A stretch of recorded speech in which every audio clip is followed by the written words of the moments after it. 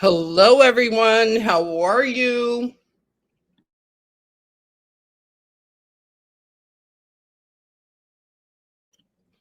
Who's here first? Sharon, hello. Yes, how sad. We'll talk a little bit about that. Thank you for joining. 420, hello. Brenda, Molly.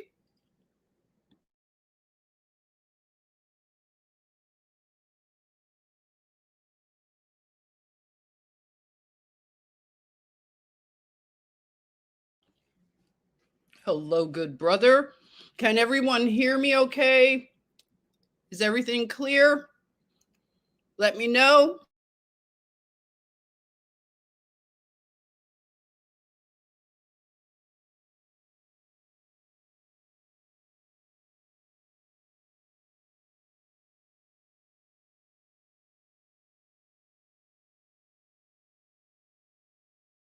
All right, that's wonderful.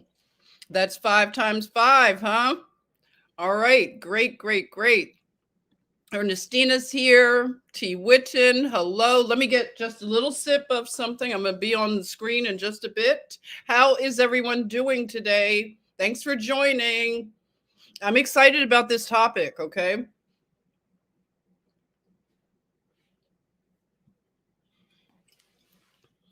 Let me put myself on screen.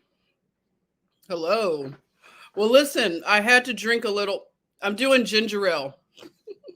I needed a little ginger ale. Okay, one little sip. Let me get myself ready.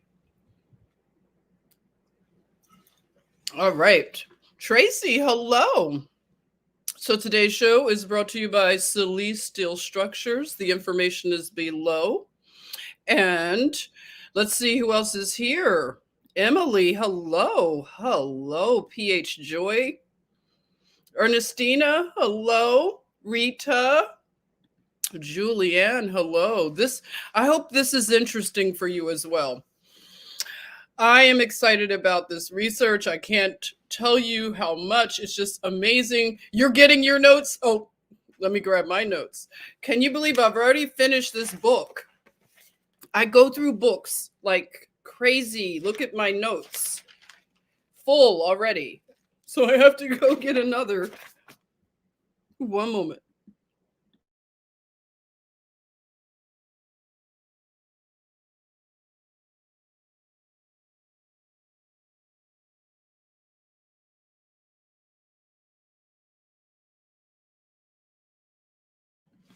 All right. Let's see. All right. Tina's here. Queenie's World. Well, hello. I haven't seen you in a little bit. So we'll jump right in. And I will make this. Remember, I went to that new. Did you all like that new view that I tried accidentally? Look at that. I like it. Do you like it? I love it. Okay, so let's jump right in. Who knew that King Cyrus? I know some of you already know how awesome King Cyrus is, but I think for some of us, we didn't really get into the backstory of King Cyrus. How many of you have really studied King Cyrus the Great? Because I just did it from this new vantage point, you know. Hello, Demoney Honey. How are you? You're well, I hope. Nice seeing you. So, I will tell you why, of course, I choose I create these crazy thumbnails, right? But it all has something to be connected, okay? So we will connect things together. Okay, Adam is here. Hello, Adam. You never heard of him, Adam? Okay, so I don't feel so bad. Adam, he is a figure from the Bible, but also from history, and I'll talk about it a little bit more. But I find him fascinating. And now I'm wondering, why did we not really get focused attention onto this amazing central historical figure? And we'll get into it, of course, right? Wonderful. Good, good. Monica, hello. Hi. You haven't studied him, PH Joy? Okay, no problem. I think that we are just all here together, and we are unfolding this mystery together. I think that's nice that way. So it's like, wow, it's all new for a lot of us. You're waving at the peeps. Rita's waving at you all. The chatmosphere. Uh-oh, Russian bot already. I'll get it. I'll try to catch them early. Okay, so let me jump right in to this dive, this build as they call them. Do you like dives or builds? Let me know. Okay, so wow, again, I can't believe like I just got this book. I go through so many of them, I just should start buying them in the packs. All right, so we are going to go to my notes. Listen to what I'm saying. We are going to my notes. If you have notes, share them with us. And I'm waiting for my Book of Enoch, or I ordered the Ethiopian Bible. Okay, so I am expecting, I know I kind of did it like probably halfway paying attention. So I hope it's the whole Bible, but we'll start our book gathering shortly. Okay. All right. So let us go to, I think I have it now. Okay. All right. Thanks for being patient. Tam is here. Hello. You love it? Yes. Tam, have you done any research on King Cyrus the Great? I like, names like that. Very strong. Okay. Let's head over to the slides without further ado. All right, let's go to Persia, everyone. No passports required. Let's just go hop on over to Persia, to Iran. Okay, let's go. Have you ever thought about just Googling and seeing how much it might cost to go do a round trip over to Persia? Can anybody name a city in Persia that they might want to go visit? Anybody? Can you drop down there a city in Persia, in Iran that you might want to go see? Hello, Karen. Yay, Karen's here. Meep, meep, Karen. Anybody have a nice name, city kind of picked out? Have you already done a little research?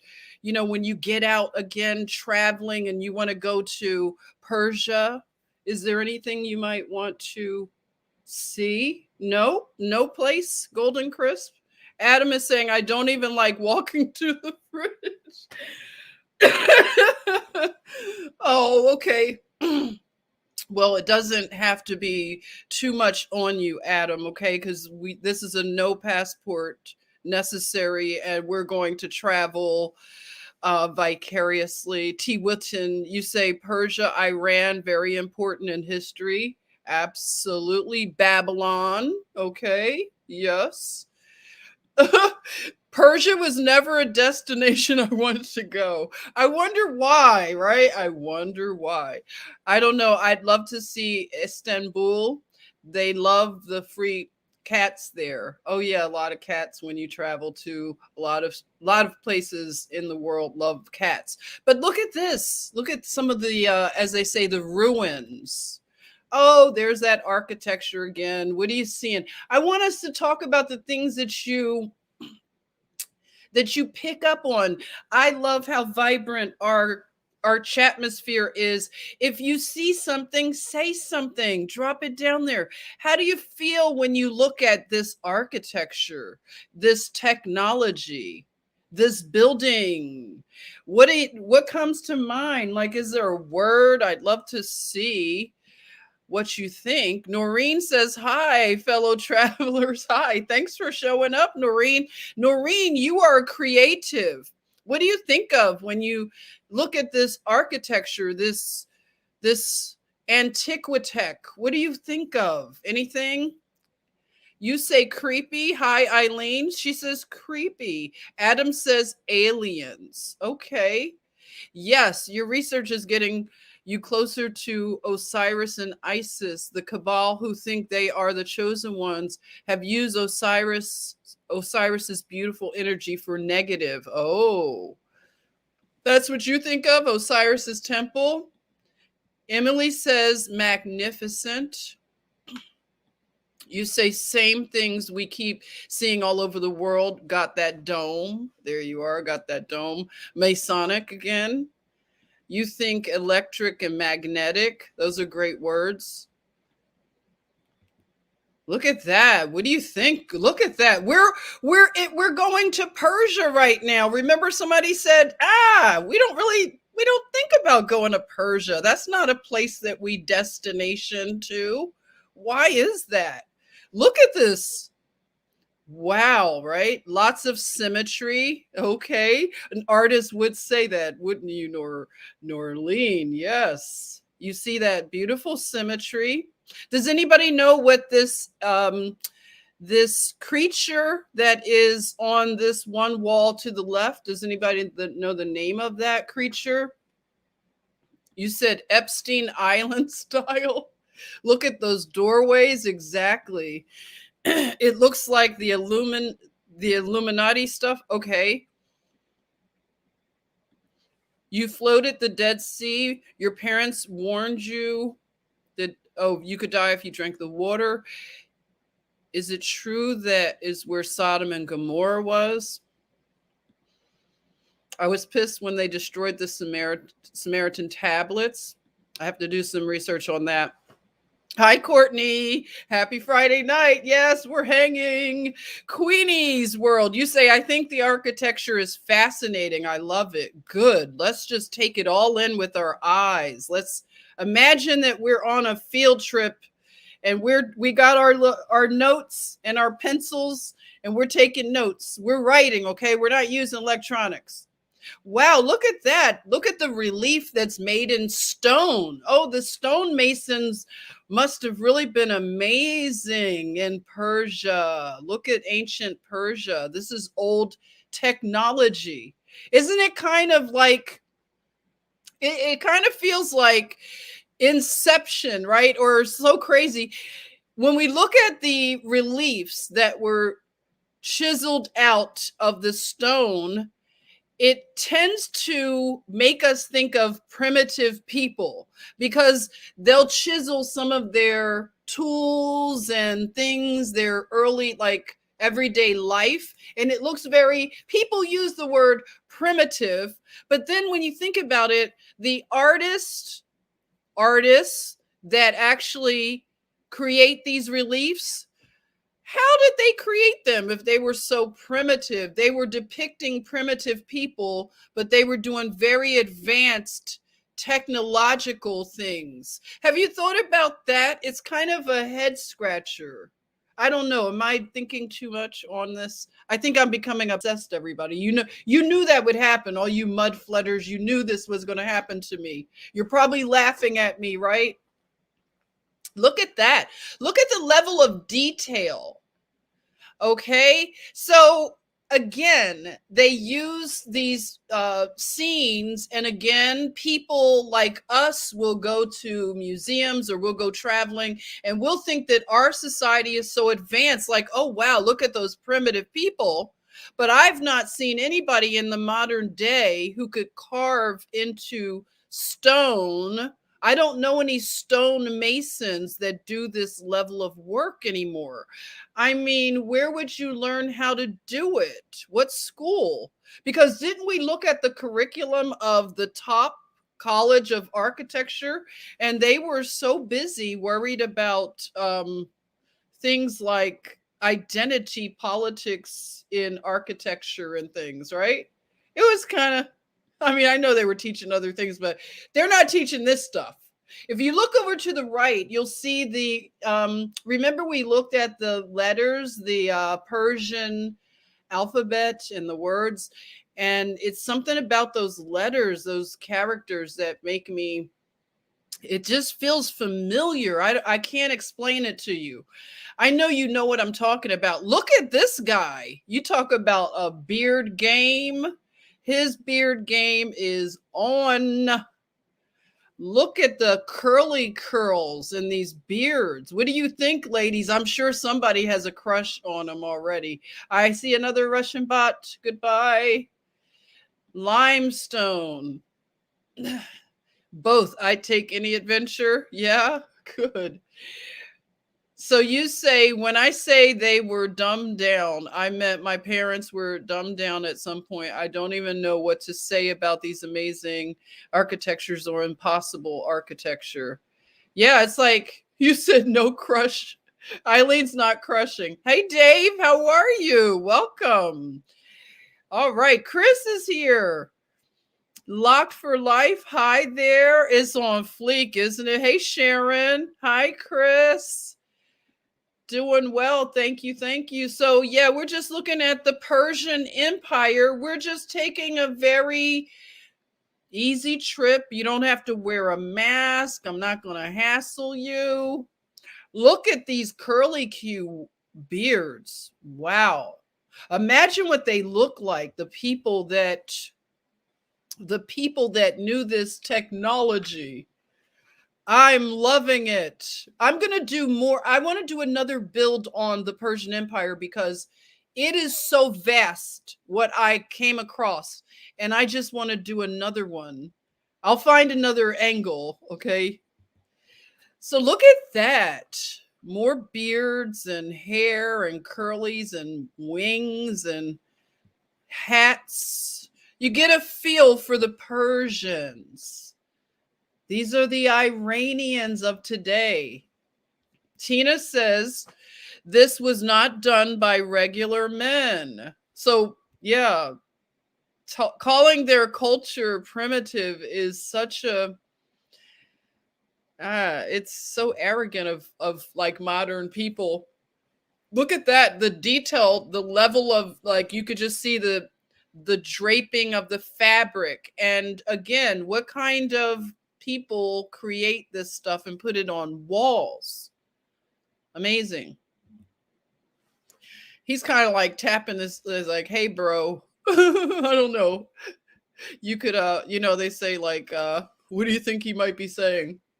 You love that carving, Norlene? Yes.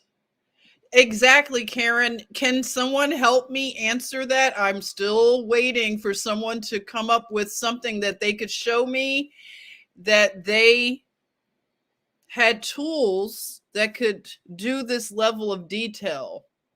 Yeah. All right. Oh, wow. Look at that. Beautiful. Look at the handles on that vase or vase. How do you say it? A vase? Again, the beard is so well maintained. This looks like such an advanced people. Like, I can see a high level of hygiene, right? Very high, of course, level of emotional intelligence, as well as intelligence, period, right? And anybody that could create this type of art, do you think that they would like to go to war and constantly be in dramas? I'm just saying, like, they just seem like they would be on a different, like, a whole different level. I just don't see them being the people that they try to portray today, and that's why a lot of us don't even think about traveling to this part of the world. They've done a very good job in programming us. Look at this again. They just seem like very peaceful people and harmonious. Do you pick that up as well, or do you pick up a bunch of warring, like terrorists, crazy people? Do you pick that up? They seem like holy men to you. Okay. Very refined art. Yes, and that's the word, refined. It goes along with a feeling of like how people behave from a refined society. I'm just saying.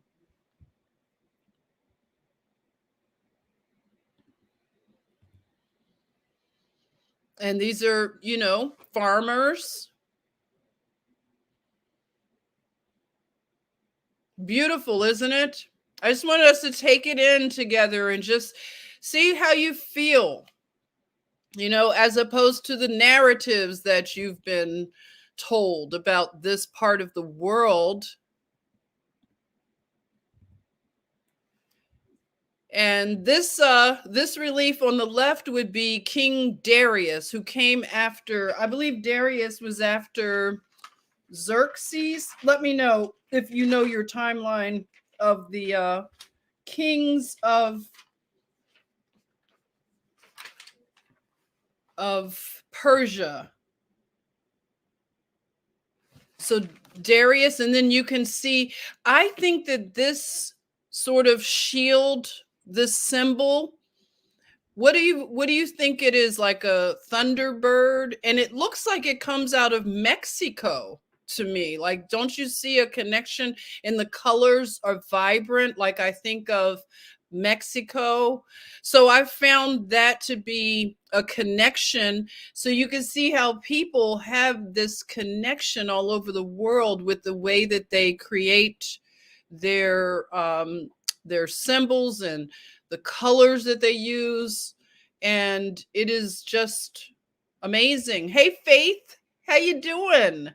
You think of Egypt. Yes. So this is, again, we have taken a trip to what they say is ancient Persia. Okay. Hi, Alexandra. Learned men of the times. I think the curled beards were a symbol of their status.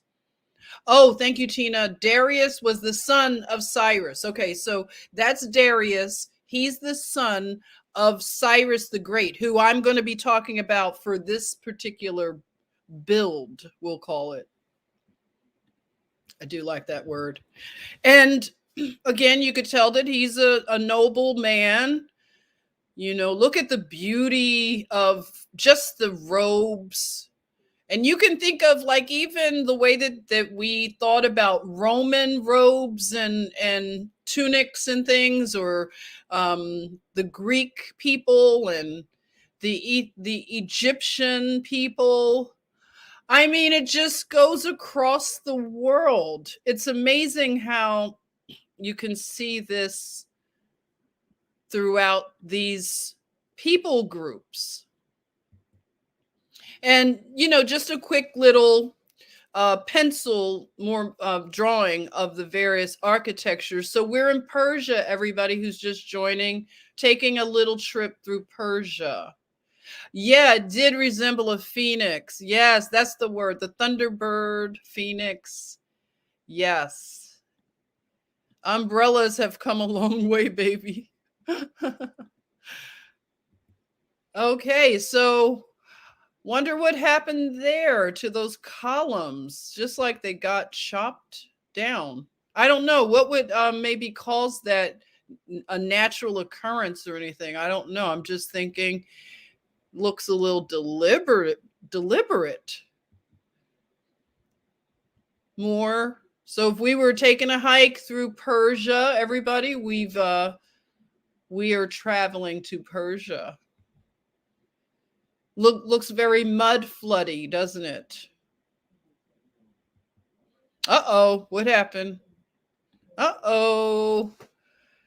What kind of people create this? This is absolutely stunning. Has anybody ever taken this in? You know, they say your eyes, like, just, have you ever taken this in and just thought about the Persian Empire, which is Iran, and we're told all kinds of things about the Iranians. We're told to fear them, to look at them as being terrorists and all kinds of things, as wanting to make nuclear weapons and destroy the world. And I don't know, the people that would create things like this, coming from that region, they don't seem to be, I don't know, destructive. Is that the word? Just, yeah, very similar to India. See, that's what I love that we're sharing, because that's what you think when you first see this. You think, oh, am I in India or maybe Pakistan? But we know that the nation building that happened in the 20th century, they carved all the nations out. They renamed them. That's why, a lot of people wouldn't know that Persia is Iran. And then they create the boogeyman, the dictator, the one that we have to go to war with, and the people that we're supposed to suddenly not like and have differences with. But this is a civilization that creates this kind of beauty. I just may be a little naive, but I think people that create things like this are different, on a different level. I know you all have your, you share who you think built these things. Yeah, Morocco as well. Morocco, exactly. So you see that more rounded, the domes, and then you have the sort of spires, which are the towers. Does anyone remember the name of the towers, the mosques? What are they called again? I just forgot. I know that it's a name for them. Can someone drop it in there? What's the name of those towers on the side of the dome? Who knows? Yeah, Chris, I'm glad you said that also, because you know how we talk about the functions of this architecture. Can you imagine being inside of a place like this and how you would feel? I'm just thinking, like, from the harmonics of it and everything. This stuff, you can see how the people would have been like just different health, mental as well as physical. Minarets, thank you, the minarets. So what were the original purposes of these minarets? They look like the spires, and I know people say that those are antennas, because again, do we all agree that these structures were not necessarily built for religions, for churches and temples, things like that? They had another function. Well-groomed. Yes. I know. Wouldn't you love to stand inside or take a nap or something, or have like lunch and just sit down and just inside one of these amazing architectural, just amazing. Yes, I know they call to prayer. Yeah, when I'm in a country that has them, at a certain time in the morning, you hear it, and they're calling you to prayer. And it is a powerful thing, like, to hear the, and how the rhythm of a country that is, an Islamic country, for those who visited Islamic countries, how you get the feeling for the rhythm of the society that you're in.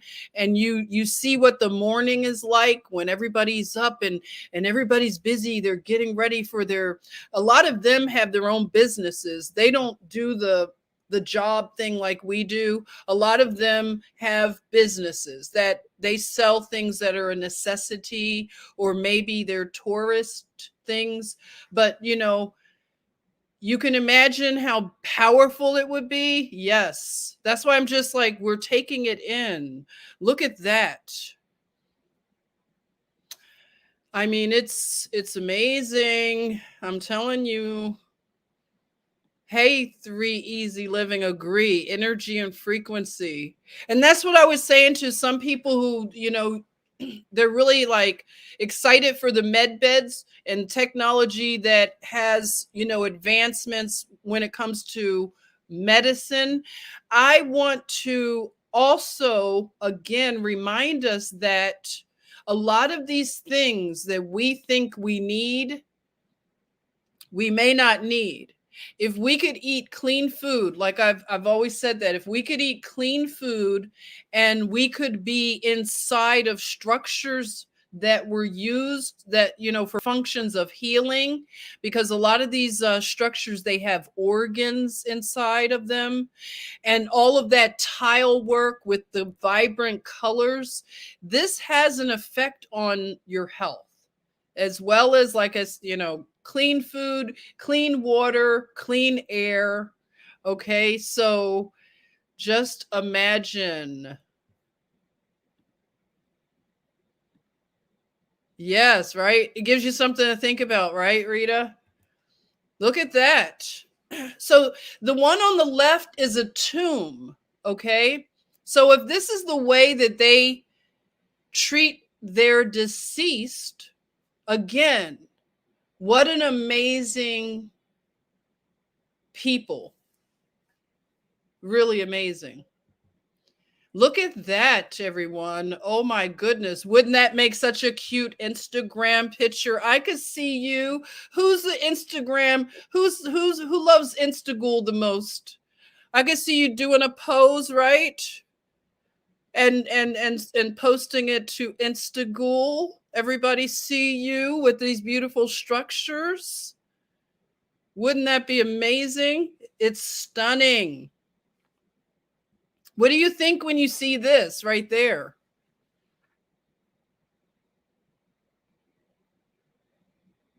Vibrant, very vibrant, right? There's more of the domes and the minarets. Look at the windows. Just take it in. This is Persia. Oh, wow. Karen says, I think these minarets harness the ether. I want to get into talking about the ether another time, Karen. But I'm glad you said that, the ether. Yes, we're going to talk about the ether. Whoa, look at that. So not only do they work in stone, but they work with bricks. If you really take in the one on the right with the bricks that are done in a circular pattern, have you ever seen anything like that in your life? And these arches, these are bricks.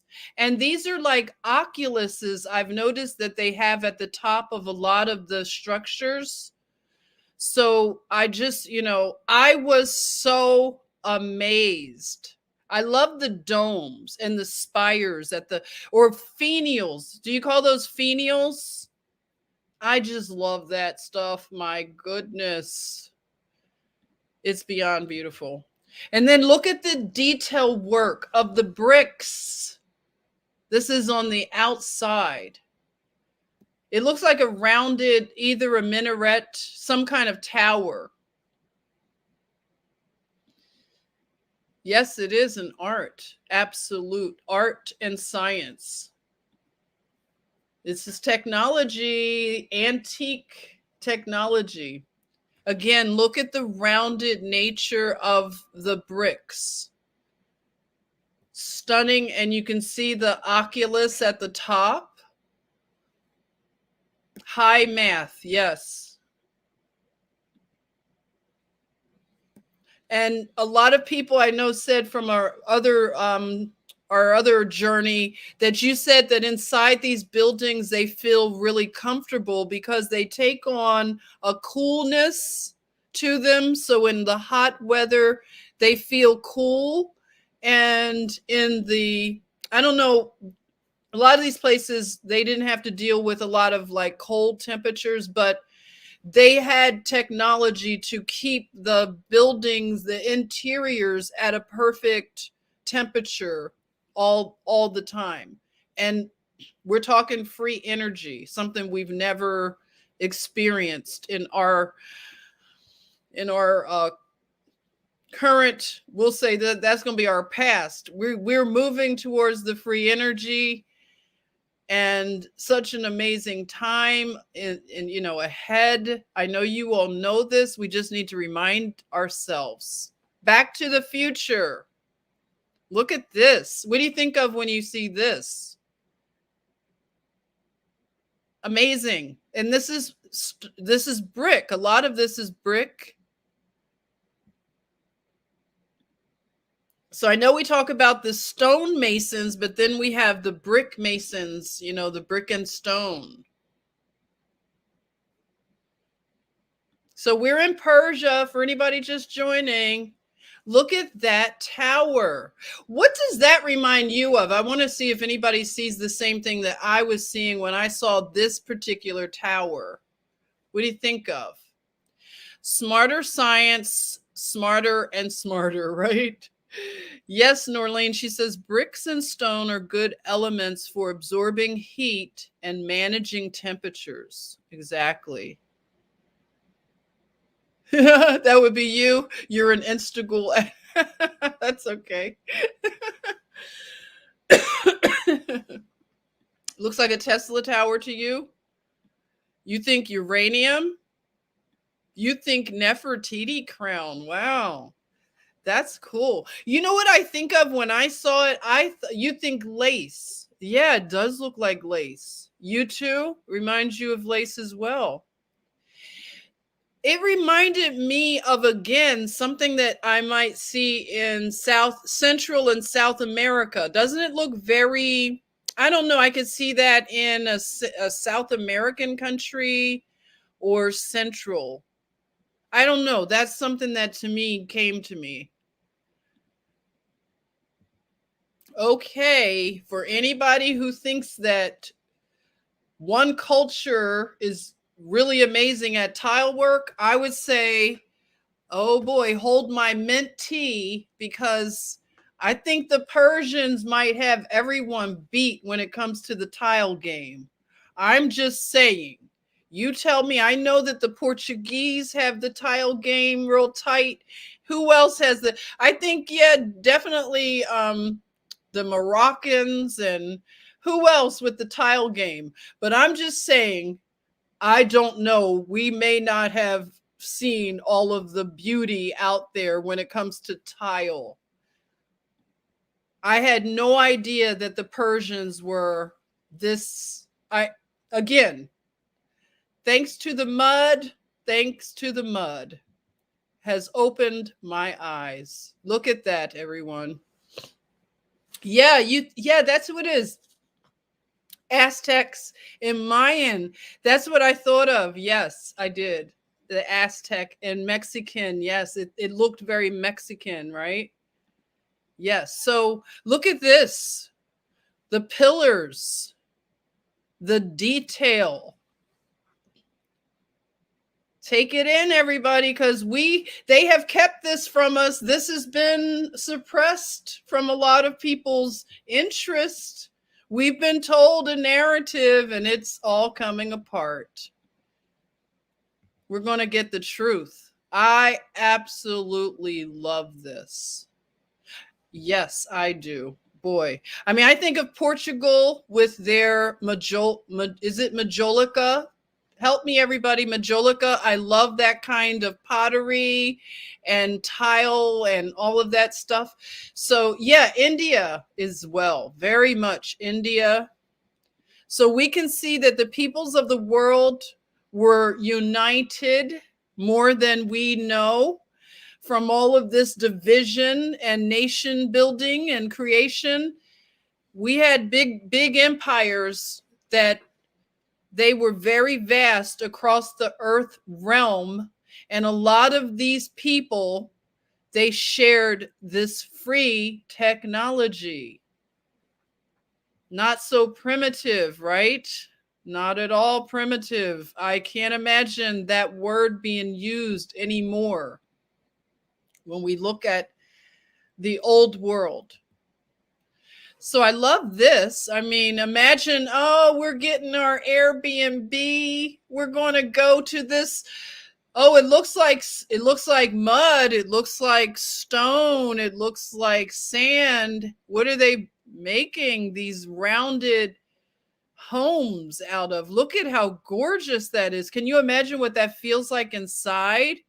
I can imagine, like, it's very open and airy and very cool, very organic textiles, and you're eating like really clean food, right? Can't you just feel it? So I just wanted you to go with me on this trip. No passports required. What do you think? What do you think of this?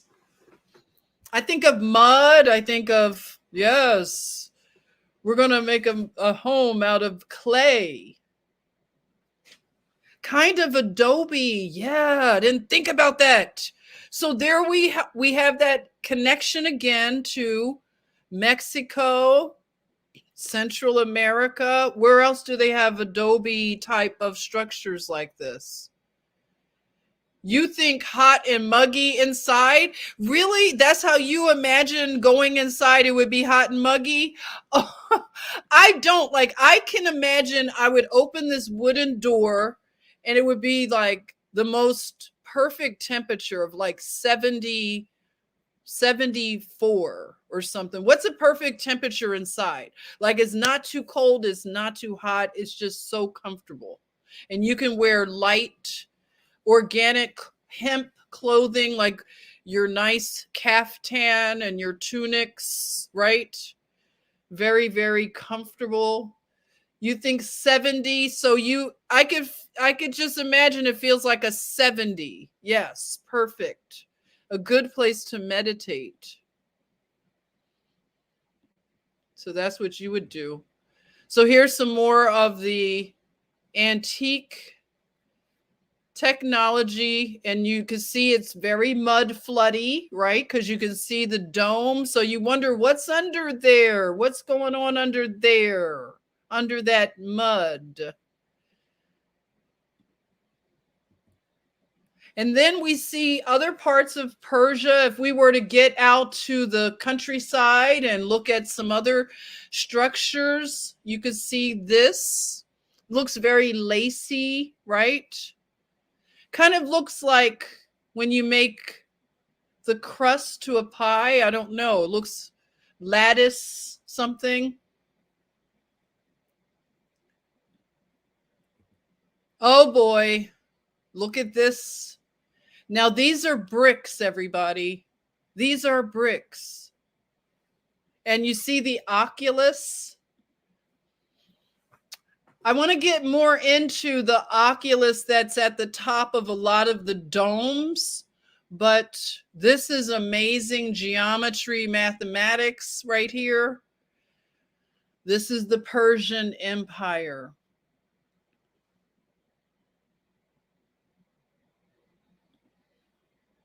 Who knew? Who knew about this? I didn't know about this. Did anybody here know that they were over here with all this amazement? I'm just saying, to see the stars, Creative Cloud. Yes, they were all about the stars. They knew a lot about. We're going to get into it. This is just a little, we're dipping our toe into the Persian water right now. Okay. A spirograph. I love those. I had the spirographs. Yes, indeed. Hey, Patrice, who or what in the world built this stuff? Thank you. That's the question when you go down the Mudflood rabbit hole. That's all you want to know. You just want someone to tell you what's the deal with this? Who are these people? Wouldn't you want to know them? I mean, I know some people say that they were the Nephilim, they were the giants, that's kind of the same. They were all fallen angels, right? Does everybody believe that these are all fallen angel technologies? Because I'm still like, okay, 3 easy living. I've heard that a lot. I want to really get into that a little bit more. Like, I want to really truly study, like, who were these people? Was this fallen angel, meaning evil angels, demons? What do you think? Kaleidoscope is another thing that, yeah, I used to love. Did you all have those little kaleidoscopes? It was like a little telescope thing and you could just turn. Oh, I love that. Another bot is in here. Julie says another Russian bot. Let's see. I'm going to look. Bear with me a moment. I'm going to look for the bot. Maybe they saw their way out. You know, our loving chatmosphere, we love each other so much. We would make it very uncomfortable for a real troll or somebody that was just trying to be negative, because we have a different energy. Like, they wouldn't feel too They wouldn't feel too welcomed. They did. So again, if you're joining, this is Persian architecture technology, and this is done with bricks. These are oculus domes from the inside. Queenie, you say, I think they are survivors of Atlantis. Oh, that's interesting. Nancy says in the Book of Enoch, which I'm waiting for my copy, I'm just trying to hold off because I really want to feel the pages. In the Book of Enoch, the fallen ones taught the people about the metals and things that they weren't supposed to. Oh, okay. Thank you for sharing that, because I'm just holding off. I don't want to jump ahead of us, but I want to get into the whole. We're going to do a book gathering for anybody who wants to do the Book of Enoch. Tina says, now Tina she's been on the Mudflood journey a lot longer. So I really appreciate when Tina shares. Maybe all this beautiful work was done during the 1,000-year reign, if it already happened. Now, I've heard that theory too, Tina. I have heard that too. Chris says it was black and white and beautiful. Patchwork. So again, look at it looks like lattice work. This is all stones and bricks at the top of the dome. So this is the interior. That's amazing. Truly, truly, truly. So just take it in. Let's see what you're thinking. It's that this is another dome. They have these designs as well inside some of the domes. And they have various colors. Like I could have just had millions of examples. I would encourage you to just take this in when you get a chance. Just go and Google or whatever search engine and just put in Persian architecture and just start to get familiar with it. It's so amazing. You could have a good time looking through it. This was absolutely stunning. Just the colors, the warmness of the colors, and it's more of, I guess you would say, the earth tones. So yeah, it's just hard to put into words. So you can see the lattice work. These are windows and doors, and they have like metal lattice work. It looks like also stained glass and things like that.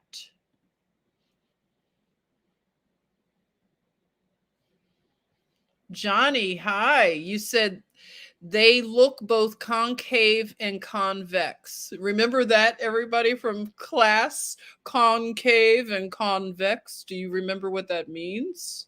It's like we're all just going back to school again, right? Unlearning to learn. Yes, so this is a more elaborate, you will see this in a lot of the dome architecture as well. And so many arches and scrolly. Yeah, you see all the circles with the scrolly stuff. You love this, Emily. I'm glad you love this trip. This trip to Persia.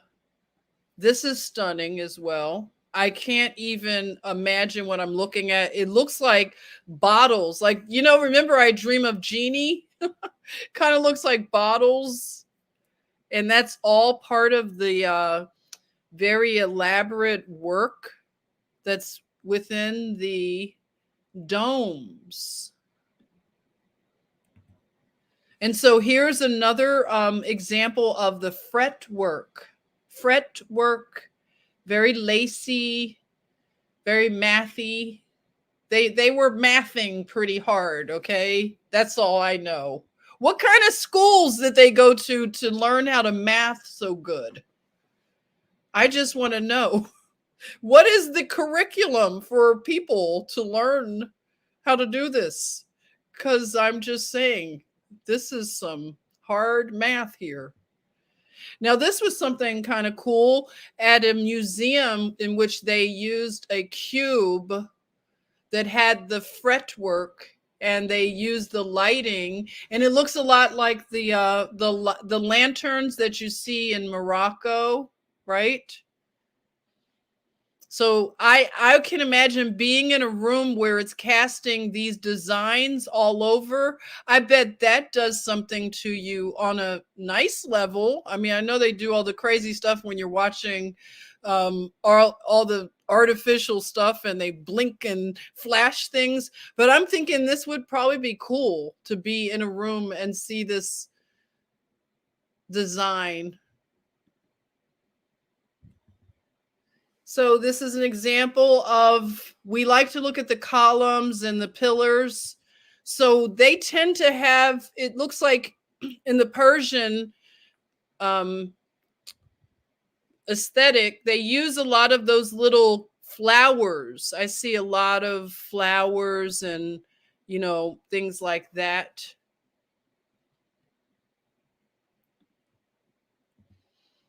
And look at this. This is, you talk about inception. I have no idea what I'm looking at, but it kind of looks like it looks like it's outside, but I'm not sure exactly if this is maybe a bridge, the underpass of a bridge. What do you think it looks like?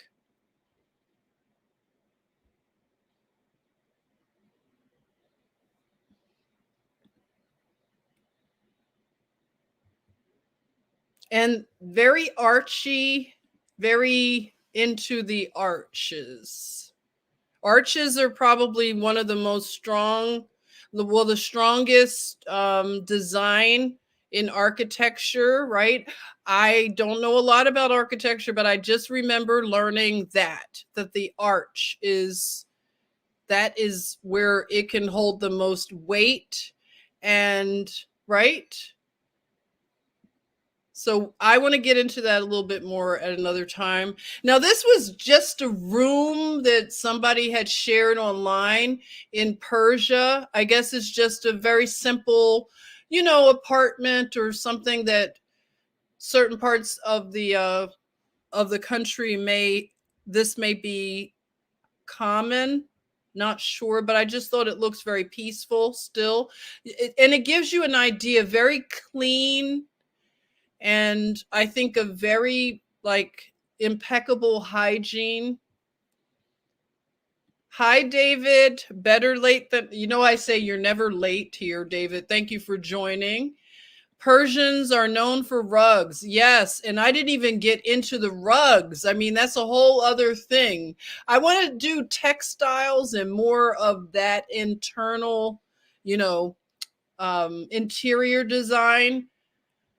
I want to cover that as well. And then look at this. I mean, when you think about people that sit on cushions like this, and look at the stained glass and all of the detail work in the walls.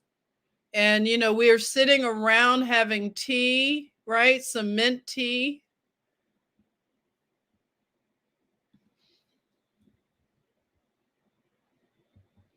And whoa, here's a nice close-up of the tile work. I have never seen anything like it in my life. You see birds, Rita? So you made out, you saw birds? I know it's probably so much stuff that if I really focused in. Tina says, I think of Queen Esther when I think of Persia. Yes. And its biblical significance. Yes. Exactly. I love tile. I'm a sucker for tile. This is this is really amazing. I've fallen in love with Persia, everybody. I never knew this level of beauty existed in Persia. And This is architecture still standing in spite of what they've tried to do to destroy it. It is still standing.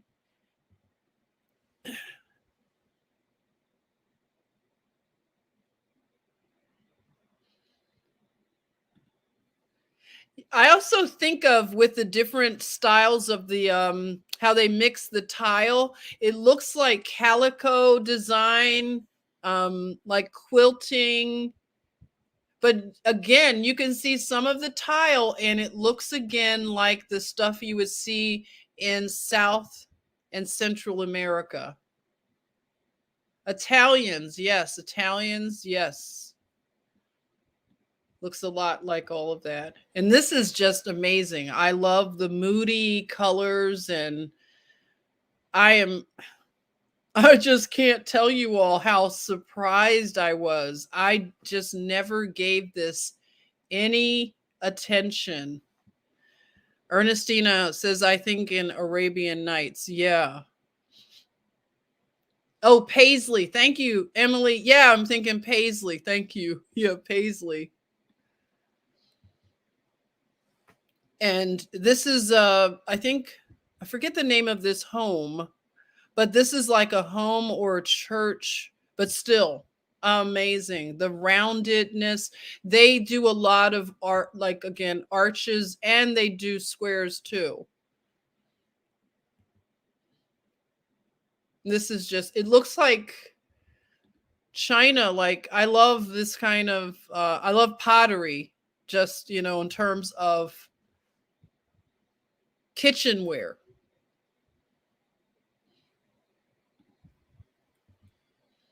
And this was a like a sort of futuristic picture that an artist did, which is interesting. Like, those are um like balloon ships or zephyrs.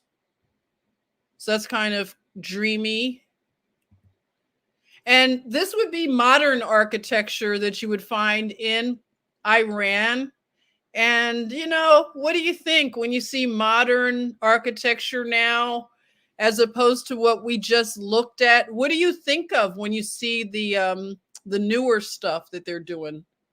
So this would be on the left, somebody who's doing pretty well for themselves, a house, and they have the amazing fountains. But what do you think of now looking at newer things, you know? Any words come to mind? I'd like to get your opinion. Oh my goodness, okay.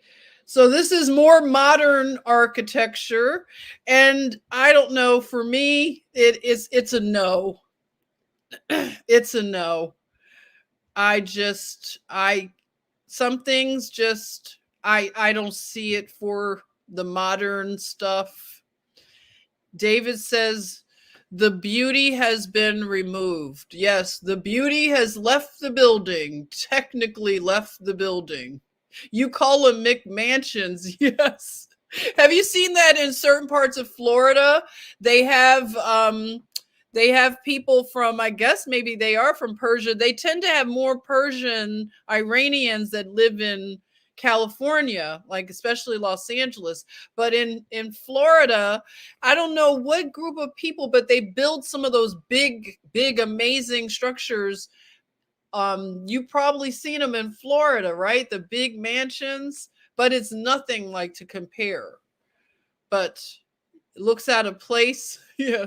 You say like an evil lair. You like the older? Me too. The older's better. What are you saying, Johnny? They were definitely more passionate about what they were doing back then. Yes. So I don't care for this personally. I don't see this as advancement, everyone. Maybe I'm just an old soul, but I just don't like this. It's not beautiful. It's not inspiring to me. It probably looks really amazing on the inside, you know, but I don't know. I just don't. Yeah.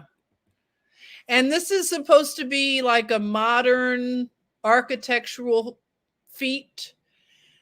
So what do you all think about this? This is a big deal. So if you're planning a trip and they want to show you their modernization, that's the big thing in these ancient lands. They wanted to modernize.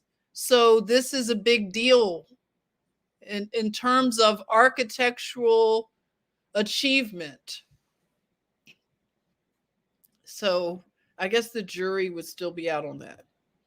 And let's talk about a man, Cyrus the Great.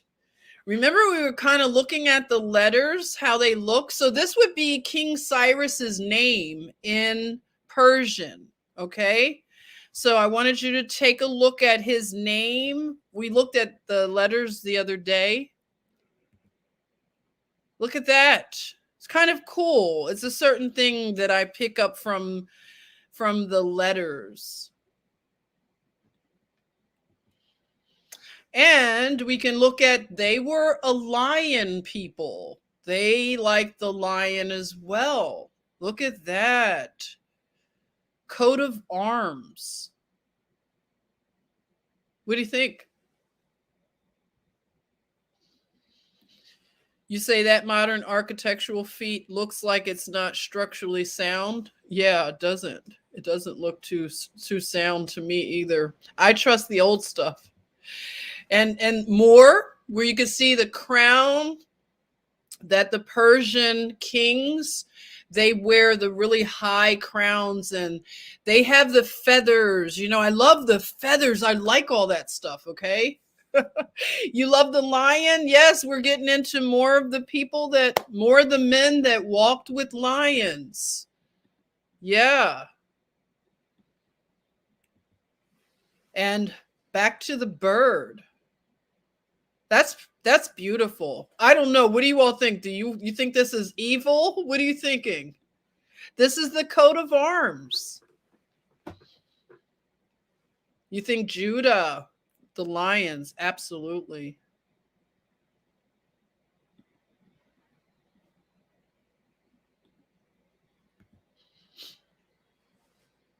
Iran.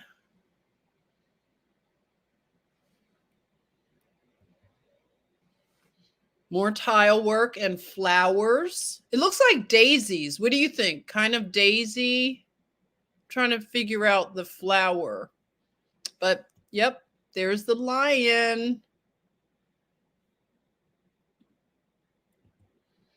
And this would be sort of like how you would see the Persian rugs. So I'm showing this just a little bit, but I didn't get a whole lot about the rugs right now, but I'm sure that'll be at another time. But again, just the beauty of the design, the symmetry, as our sister Norlene, the artist. You say daisies, Norlene? Daisies for sure. Okay, good. So, okay, they were daisies. Something to do with frequency. Mm-hmm. Hi, Jim. How are you? Thanks for joining us. You're joining us. We're in Persia right now, Jim. So here we are, everyone. Now we're going to talk about King Cyrus the Great. Do you know about his cylinder? This cylinder that King Cyrus, he was the first king of the Empire of Persia.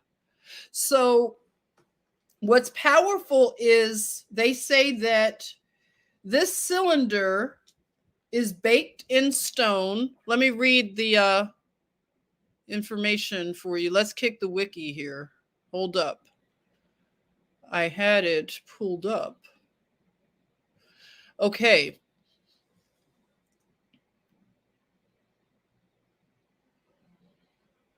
The Cyrus cylinder is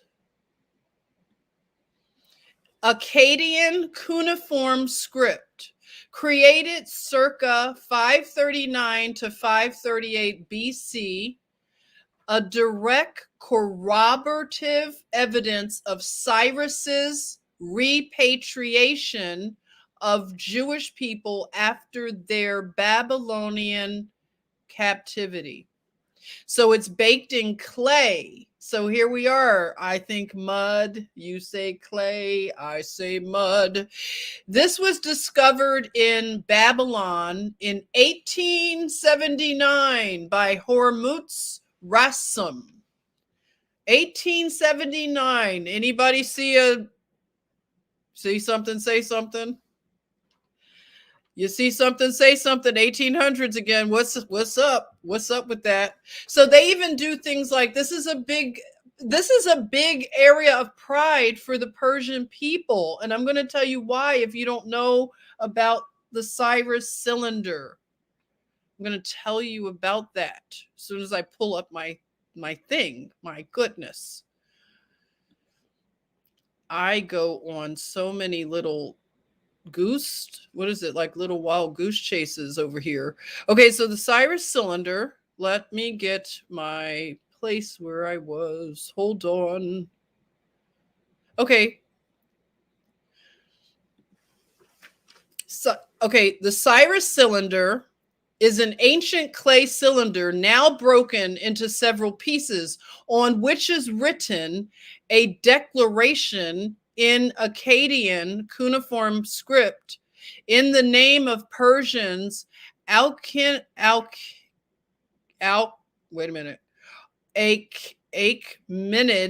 king Cyrus the Great. Okay, so it dates from the 6th century BC and was discovered in the ruins of ancient Mesopotamia. What is going on? City of Babylon, now in modern Iraq in 1879. It is currently in the possession of the British Museum. No surprises there, right? Which sponsored the expedition that discovered the cylinder. All right. So we're going to talk about that cylinder in a bit. What are you all saying? Anything? Anything? Avenging Scapegoat, how are you? Thanks for coming by. How's it going? So we're talking about the Cyrus Cylinder. Here I showed you, well, I told you about this. So this is, if you ever want to look it up, there you are. And you can see the inscription in the cuneiform Persian language.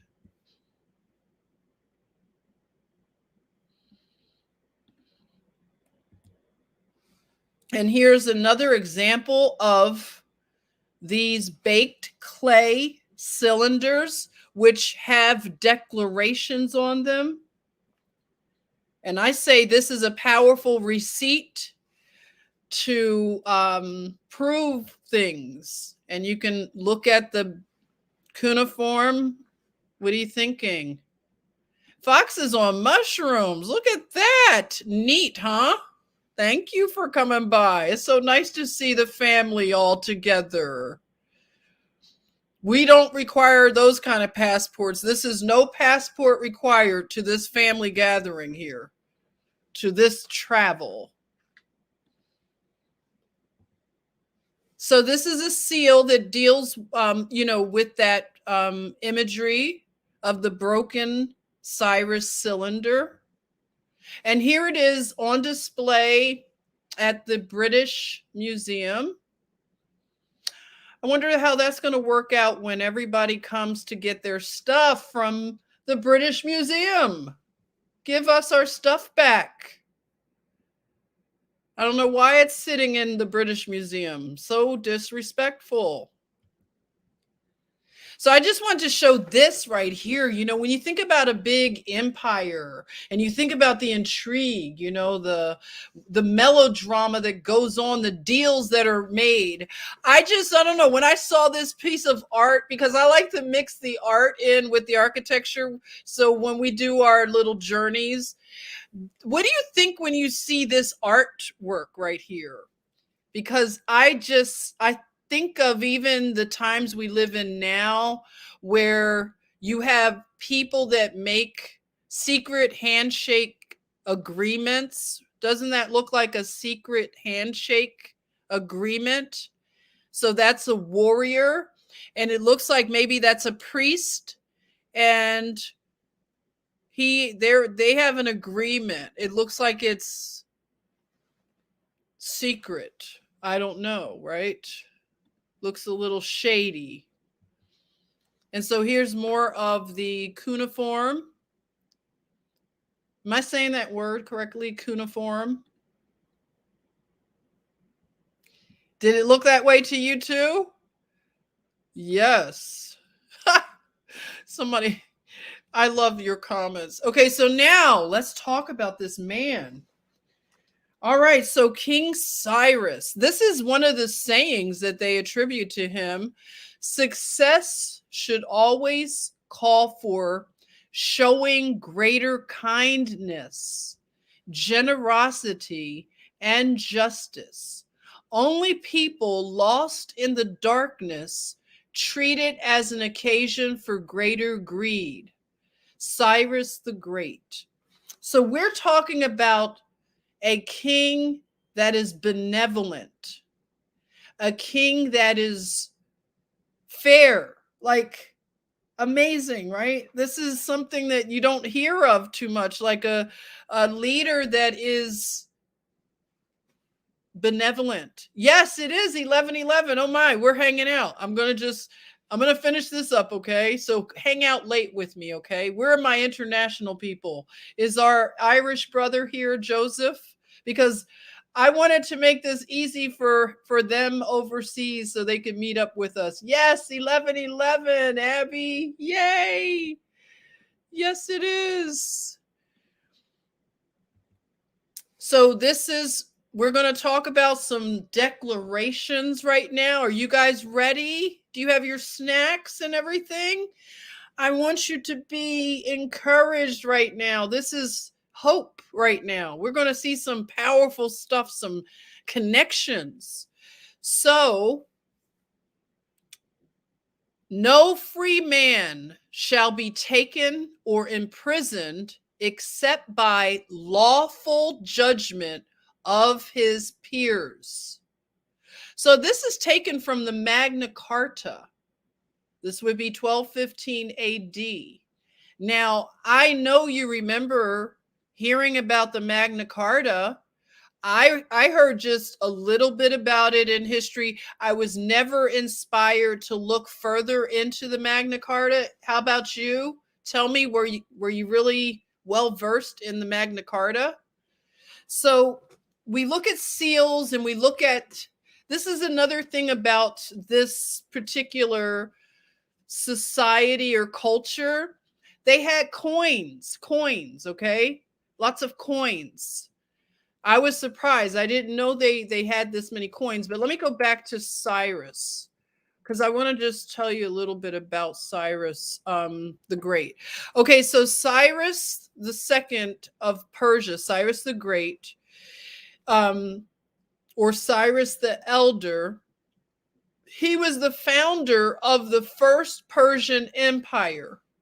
Under his rule, the empire embraced all of the previous civilized states of the ancient Near East, expanded vastly, and eventually conquered most of Western Asia and much of Central Asia, spanning from the Mediterranean Sea and Hellespont in the west to the Indus River in the east.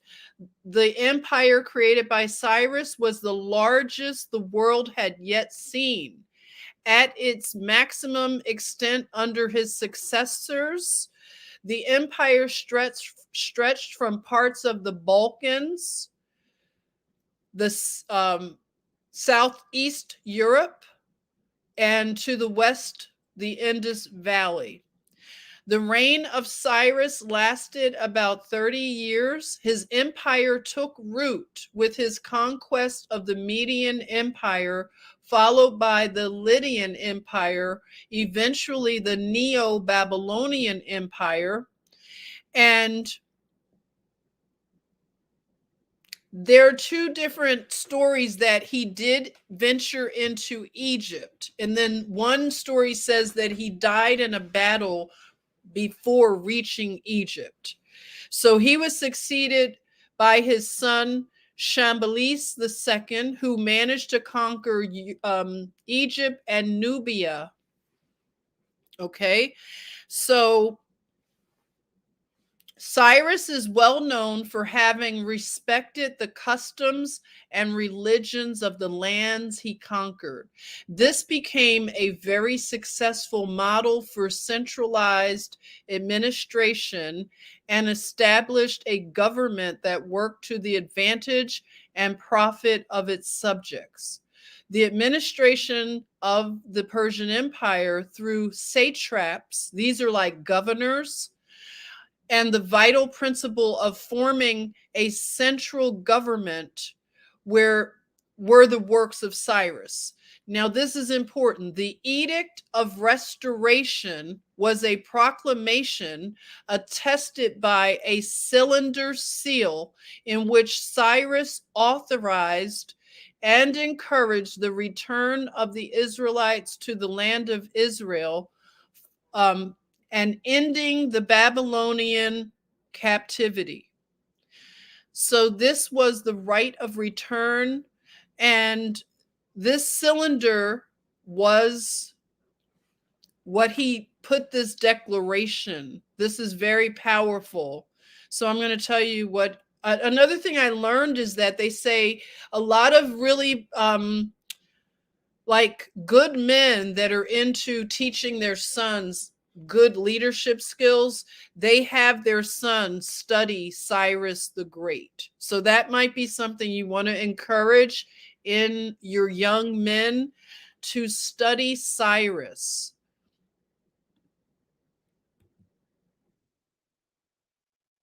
So when we think of coins, right,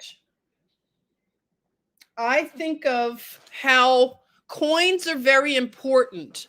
They are something that we can negotiate between each other. We don't need a centralized bank. Like, I know a lot of people are into the cryptocurrency and the coins, and coins are going to be very important as we study the Persian Empire. And I won't get into it right now, but I want to get into the coins, okay? So you can look at these coins, and this is something that is very central. And these coins, of course, are based in real metals, real value. And also, another thing that I thought of when it comes to the coins, it's like an energy. Again, it's a free exchange of an energy. And I want to get into it more. If you know more about the coins, because another thing that I heard, and this is more of the tinfoil hat, version of theories, but I want to look into this more. I want to get into the big giant, right? Do you all know the name of the giant over there that they supposedly have him in like this hermetic seal, and he's got the curly beard and everything over there? And one of the things that I heard last year is that a lot of our wars and the things that we were going over into Iran and Iraq and all of the stuff that's been going on is that they've been searching for coins and different artifacts, and it almost sounds like a game, like, I don't know, like a Pokemon for the cabal, where they've been trying to get these coins and stuff. When they invade these countries, we think they're doing one thing, but they go straight to like museums and libraries, right? And they lie about the reasons they're going into these countries. But a lot of people have gotten foreign currencies and things like this. So these are the kind of things that they perfected, the coins. And it's beautiful. I'm just telling you, I am so excited to do more study of the Persian Empire. So look at this coin here. Is that amazing? The Persian Daric. Yes, and like some of those other names, like the other coins and stuff. Hey, Anthea, I know someone who studied the history of coinage, really, and the links to development of it. Oh, I would love to know more about that. Whoa. So look at these coins. Is this amazing? And so the front and the back are really beautiful.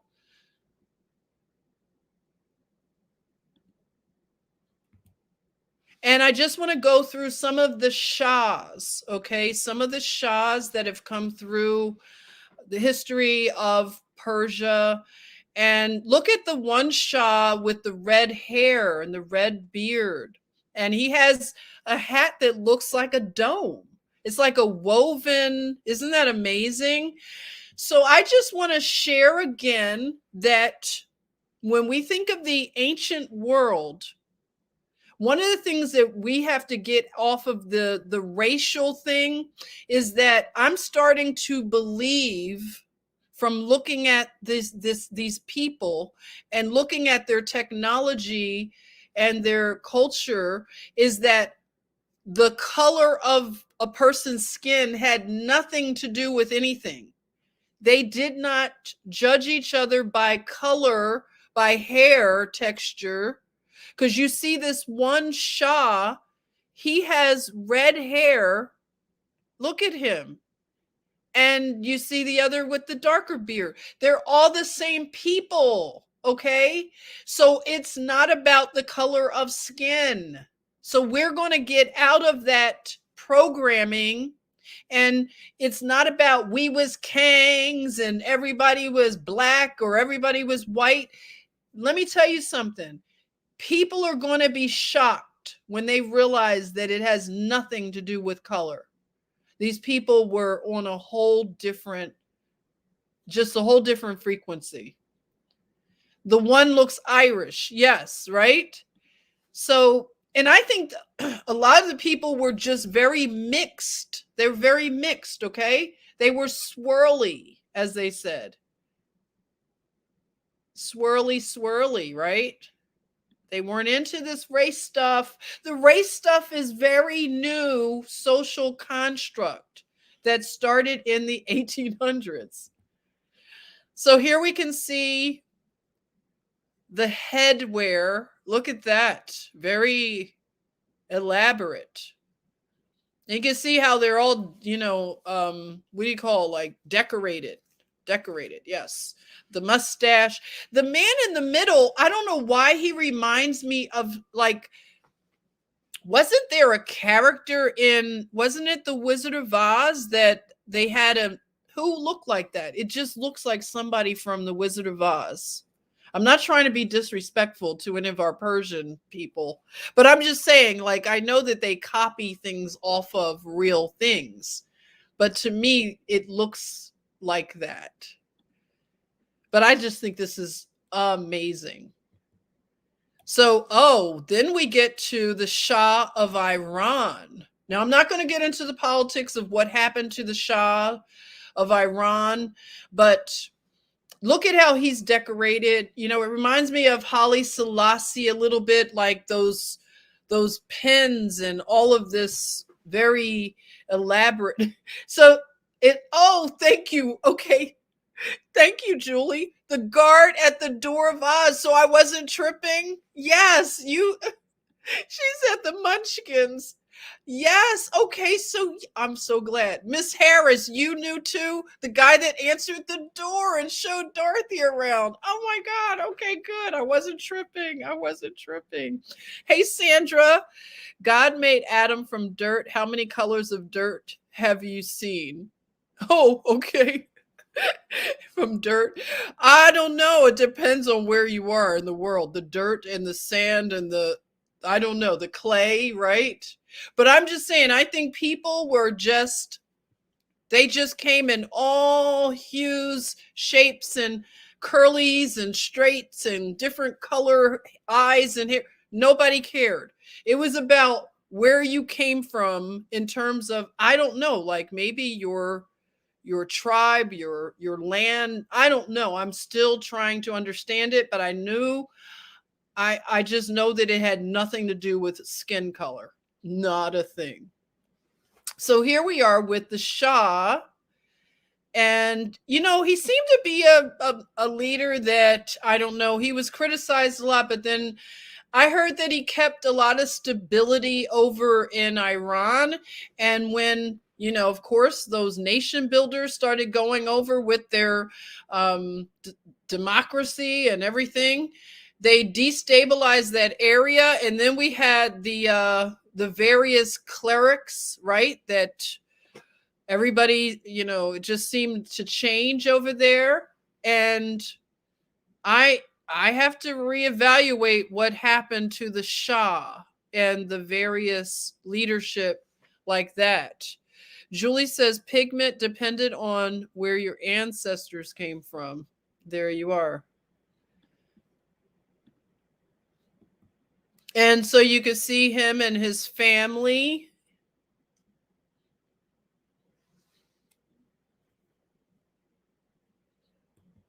And then with all of the nation building, and this is at the University of Tehran, where they knocked down the statue of the Shah of Iran. So the students of the University of Tehran tore down the statues. So where have we seen this type of behavior where they go and tear down history? Who does that? Does that look familiar to you? I mean, seems like they use the same playbook. Oh, by the way, remember we were talking about they found a time capsule at in Virginia. It was in the base of a statue.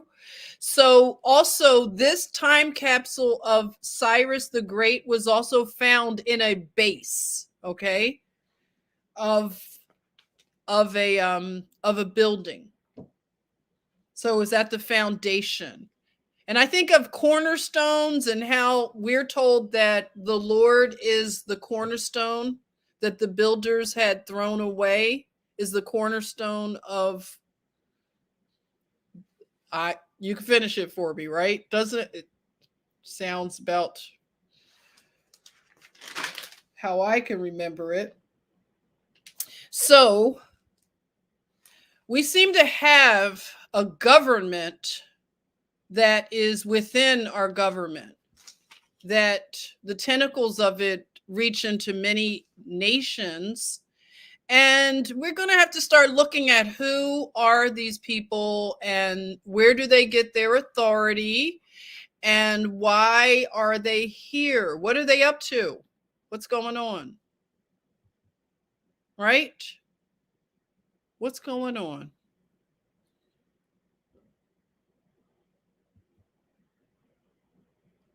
So this is supposed to be the symbol for human rights, international human rights. I've never seen this symbol. I was kind of like new to it. What do you think about this symbol? Does this look like something to you? Tell me what you see. Hey, Ari, God bless you. Thanks for you're hanging out with us again. How nice. Nice to see you. Do you all know anything about this symbol, this glyph, this, what do we call it? Is this a example of a, what did I call that thing before?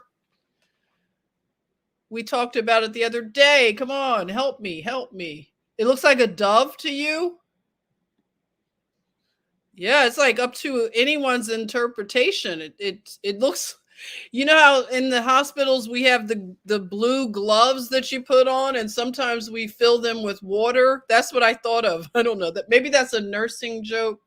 Sometimes we put cold ice water on, inside, tie it up, it becomes like a little ice pack, a quick ice pack. And so the African Union, that was something that was very important to the globalists. And I know that, and this will come up when I do a journey into Libya, and when we learn about Gaddafi, and then we also maybe, I think I could probably cross-pollinize Gaddafi with Gaddafi, however you pronounce his name, with Haile Selassie. I'm seeing some overlap. So The reason I say Haile Selassie and the Ethiopian leadership is because that's where they hold the meetings for the African Union. The African National Union is in Addis Ababa. That's where they meet. So they wanted to unify Africa. That was a big project. And this is the symbol of the African National Union. And, you know, I know a lot of us, we throw out there, you know, we'd like to see people brought to justice. And I know that we could remember back when the Bushes were in power, especially Bush Jr., and there were a lot of extra judicial things going on over in Guantanamo Bay, as you can remember, renditions and things like that. And I think we have to think about human rights, and we have to always think of it. You know, never forget that people do deserve due process. And I'm just saying, some of the stuff that we heard that they were doing to the prisoners, it was very cruel and violated human rights. And now that we know that we've been told lies about the narrative for why we went to these wars in the Middle East, now it feels bad to think that a lot of torture was going on, and what international body was overlooking a lot of the torture that was happening. Was it justified? That's a question. So, you know, again, this would be another symbol for international justice. So we're going to be focused on that coming up soon. And so, you know, again, I think that the ultimate receipts come out of the Persian Empire, because this king, he did his declarations and proclamations in stone, on clay, and it stands till today. So this is like amazing history, and it can help us to correct our timeline. So the Magna Carta, I want to talk about it a minute. Let's talk about the Magna Carta. Does anybody know about the Magna Carta? I have an article which says Nelson Mandela appealed to it. The U.S. founding fathers drew on it. Charles I's opponents cherished it. David Carpenter considers the huge significance of the 13th century document that asserted a fundamental principle, the rule of law. In 2015, that made the 800th anniversary of the Magna Carta.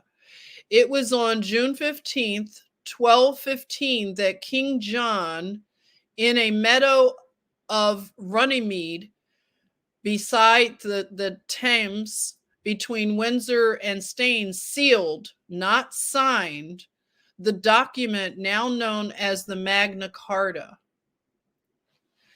So the Magna Carta is a document some 3,550 words long, written in Latin, the English translation being the Great Charter. Much of it, even in a modern translation, can seem remote and archaic.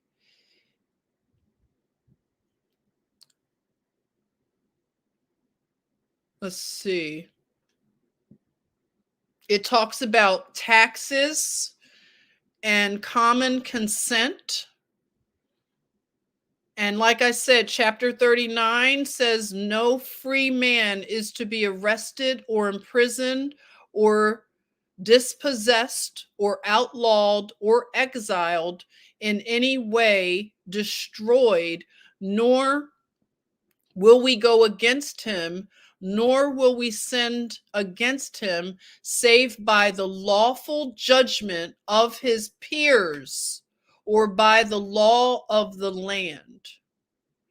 Chapter 40, the king declared that no one will we sell, to no one will we deny or delay right or justice. In these ways, the charter asserted a fundamental principle, the rule of law. The king was beneath the law. That sounds pretty cool, doesn't it? So the Magna Carta inspired all of the documents that many countries have created for freedom and protection of the people. So this is why this is so important. And this comes straight from what this Cyrus the Great in his cylinder, okay? So this is the significance. It's something I didn't know. So you think of seals and things like that. And look at the lettering. Look at the font.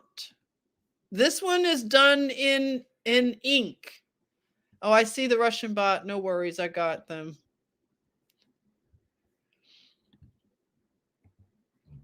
And so our Declaration of Independence has come down from this inspiration of Cyrus the Great. So I think that's powerful. Also, the Declaration of the Rights of Man and of the Citizen. So this would be France. And then you had Eleanor Roosevelt, who she's holding up here, even though it is the UN, the Universal Declaration of Human Rights. I think that's something that we should all get a copy of, because I think it's going to be very instrumental in the days ahead to know the International Declaration of Human Rights. I think we all need to get a copy of it, probably print it. So I want to talk about something that I noticed was pretty bizarre, is that I didn't know that Timbaland, we're going to go up, we're going to kind of come up to this time part of the timeline. But I found it interesting going to look at something from popular culture. There's a music producer, Timbaland, and they call him the Emperor of Sound. I did not know that he was considered the Emperor of Sound. But this man is very, very talented when it comes to putting beats together. And his name comes from the Timberland boots, a play on that.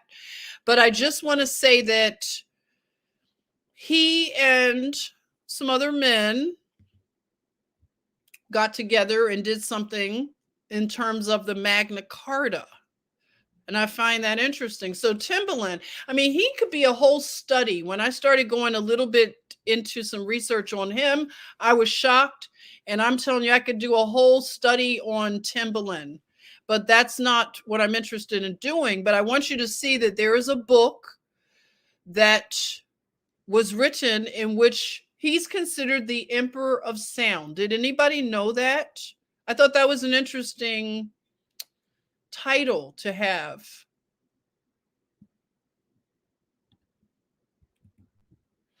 So Timbaland presents shock value instrumentals. So just take a look at him. He's standing within like bricks, like you see the brick walls in the back, and see how he's holding his hands.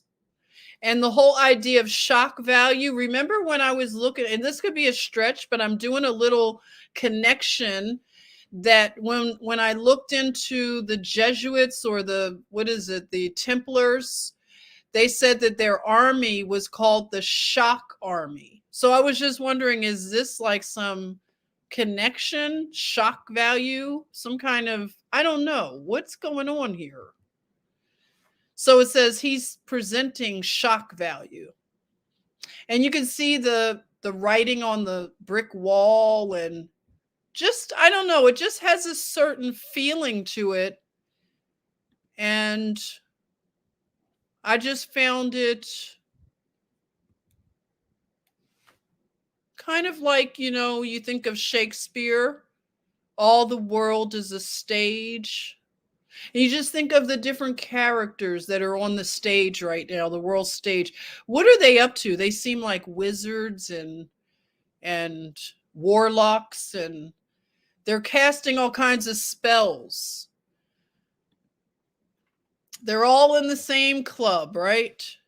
But I'll tell you one thing. When I looked at this kind of picture of him and Justin Timberlake, don't you find that interesting? You got Timbaland and Timberlake.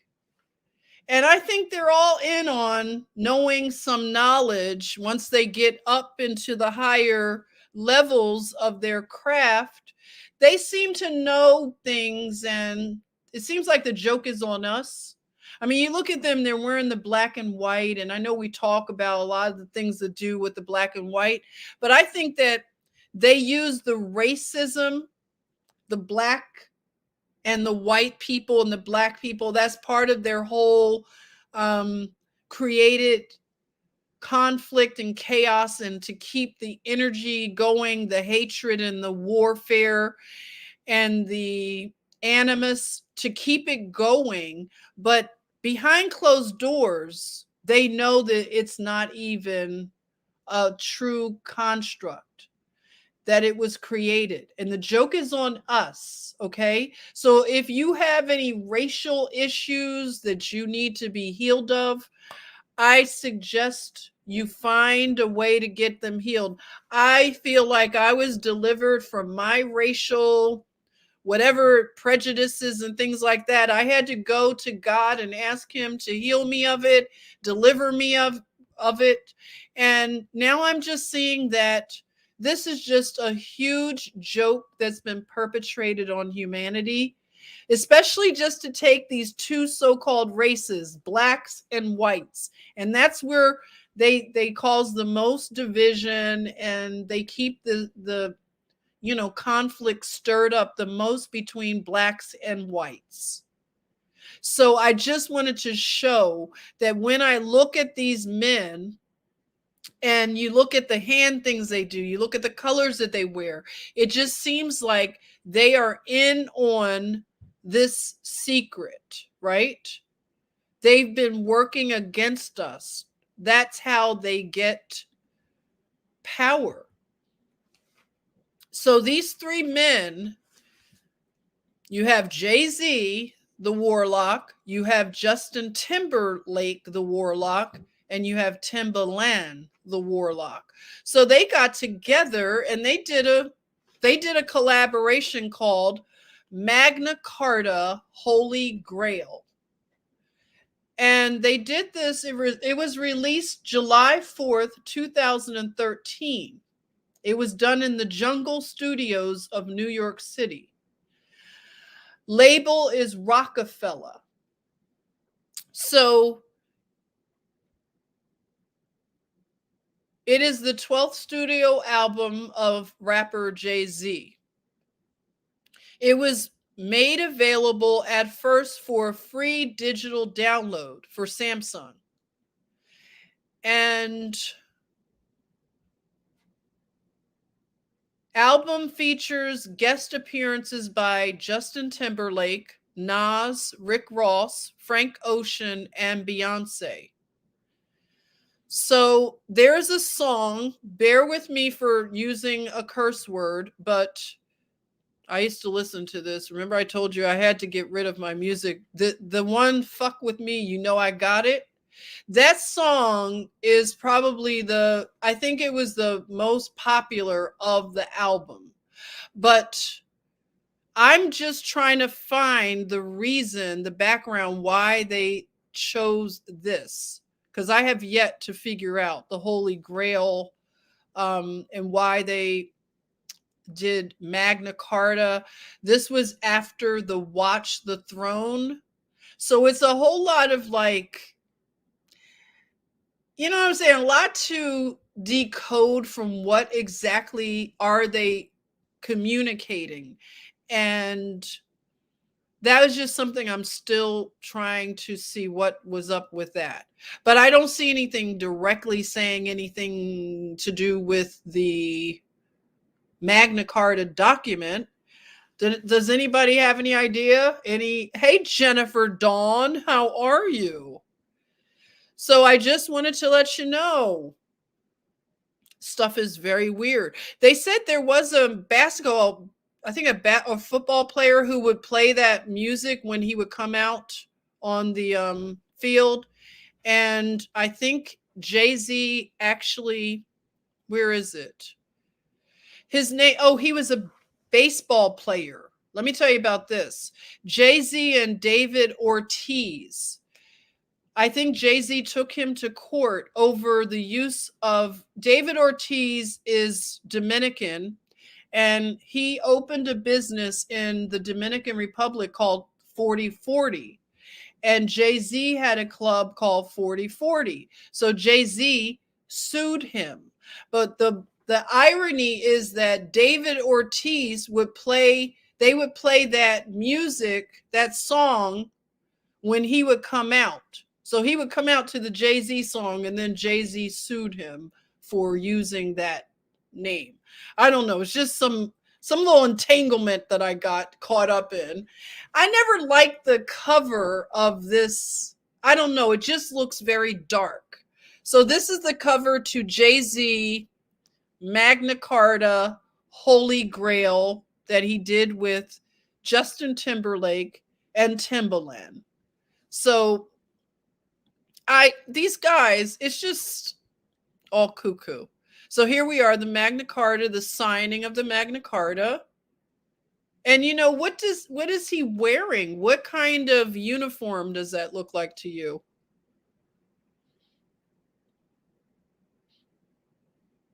Anybody?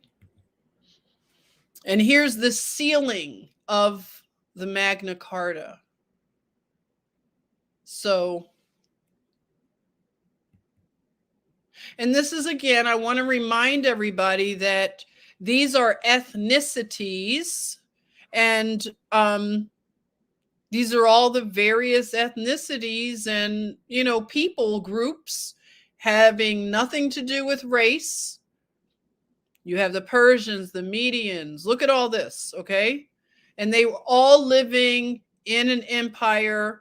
They were living in harmony. They weren't living according to the color of their skin. And another thing about the Persian Empire, Cyrus the Great, he did not prohibit anybody's religion. But another thing I'm picking up on is that religion wasn't, I don't know, I'm just trying to place how people lived harmoniously, because that's something that they do say in the historical narrative, is that the people lived in harmony. It is possible. So this is something, when I think about leaders, and you think about who was the worst king in history, who was the worst president in history, who was the worst dictator, anything. Because I know some people feel kind of disappointed in the way that things are going, but I want you to know that we're in a day of the great reckoning. And that is where all the timelines, the narratives are being corrected, and the other false narratives are unwinding. And anybody who thought that they got away with anything, you're going to see nobody is getting away with anything. So if somebody was a despotic leader, their legacy is going to catch up with them. Everything that has been done, especially a leader and a king, And like, we talked about this before, just because a king is anointed doesn't mean that they are a perfect angel. It just means that because the people begged to have a king, they got what they wanted.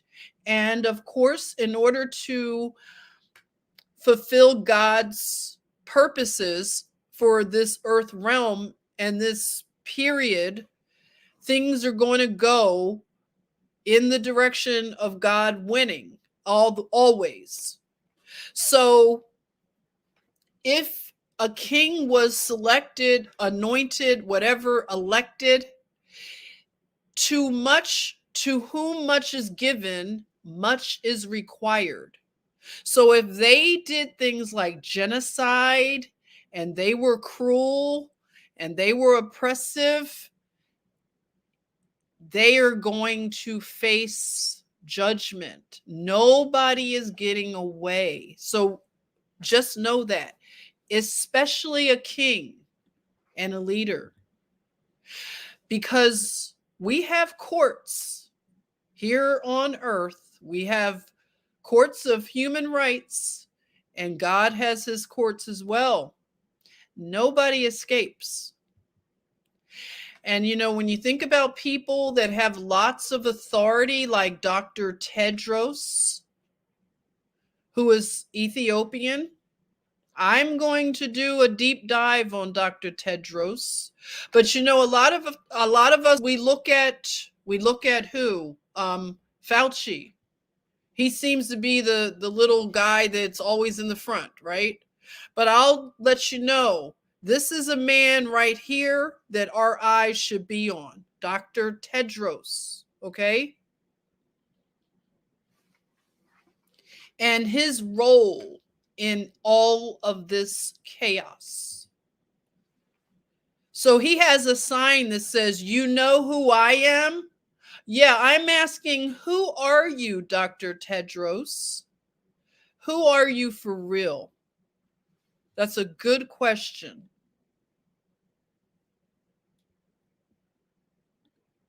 Do you all know who he is?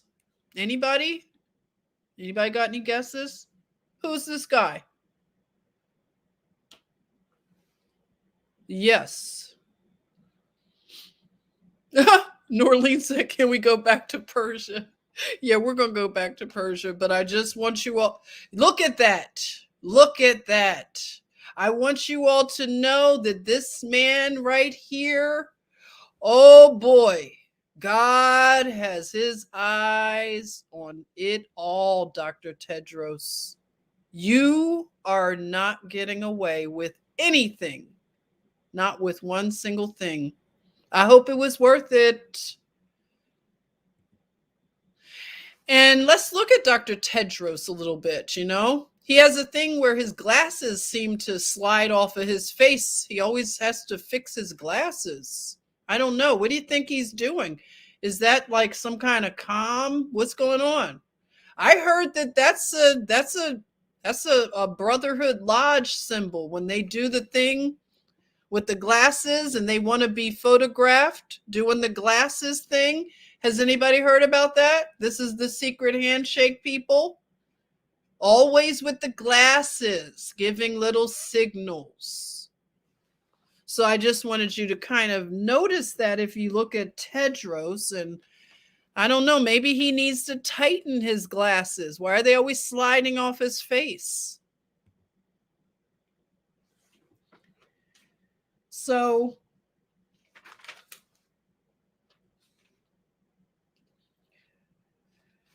like I said, this technology, I've always been drawn to it.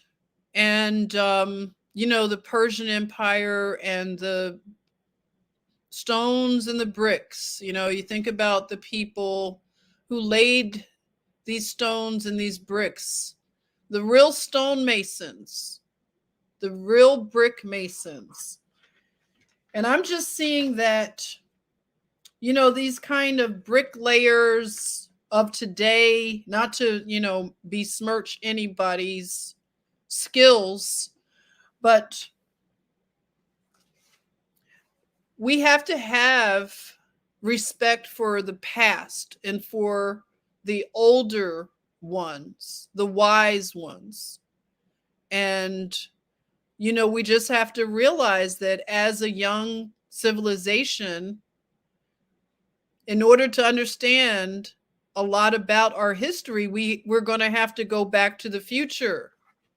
And so this is why so much is coming out, and a lot of us, it's a lot, it's clearing up. A lot of it is making sense.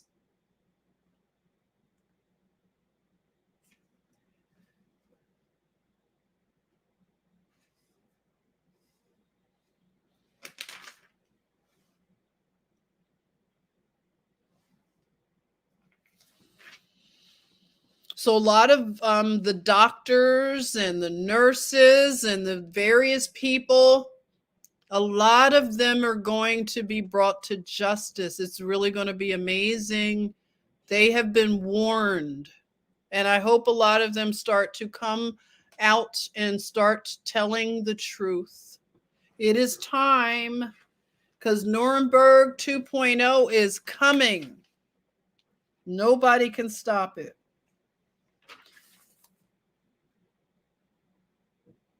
And also the propagandists. That's another thing about Nazi Germany. The only way they could have succeeded is by Joseph Goebbels' Ministry of Propaganda, which is equivalent to our media. So the people that went to Nuremberg were the doctors, the nurses, the media, the propagandists, the wizards, and the warlocks. So it is it's going to be something. They really think they can get away. And I saw this, everybody. Can you imagine buying your children toys like this to play with? Is this amazing looking? Who built things with the wooden, remember the wooden shapes and blocks? I'm just imagining, like, can we find these toys? Can somebody create this kind of stuff? Anybody? Because I think this would be amazing to give to a child.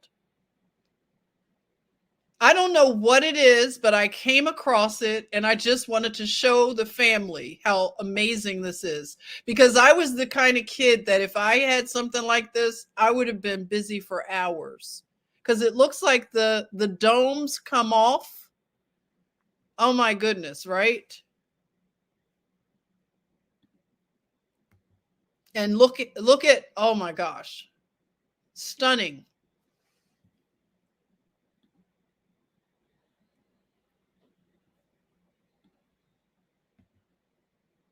And here's more Persian architecture. Even down to the ground, it's all tiled. Stunning, right?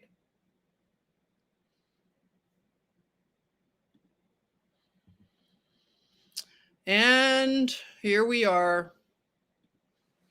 Little Persian food to feast your eyes on while I see what's going on. Yeah, kids don't use their imaginations much anymore. They don't. But those kind of toys, they really help you with your imagination. Let me see if I had another. That was it for my slides. That's it for the slides, everybody. Cyrus the Great. We should start studying his leadership. Hello, 8 Wind is Timeless. Thank you for coming by. Greetings to you. So what else is going on with everybody? Oh, I should add, the people that went to the Nuremberg were also politicians. So it was the doctors, the nurses, Goebbels' gang of propaganda wizards and warlocks, and which are the media and the politicians. Yep, politicians. So it's a bad deal, a bad contract to make when you sell humanity out. Not a good retirement plan there. You said that was a slippery slide fun ride. Yes, we've landed and I have lunch for everybody, okay? Pick out your lunch. Money is the authority, Roxanne says. Karen, what are you saying? What's up with Karen? A lot of these artists are highly educated prior to going into the music industry. Rap was just the way in the door. Yeah. They are definitely knowledgeable about a lot of the hidden knowledge, you know, that they learn in the lodges and the secret handshake clubs. So they learn about some of these mysteries when they get up there, and they know that a lot of this is all created just to control the unwashed, the goyim, the, you know, the names they call people like us, you know, that aren't in their club. But it's over. You know, it's just over and it's unraveling as we speak. So I will continue to do some deep dives, but I wanted us to start thinking about Cyrus and the fact that he provided receipts. He wrote the most powerful declaration, which was to repatriate the captives. And you know, when you think about repatriation, patriarchy is in there.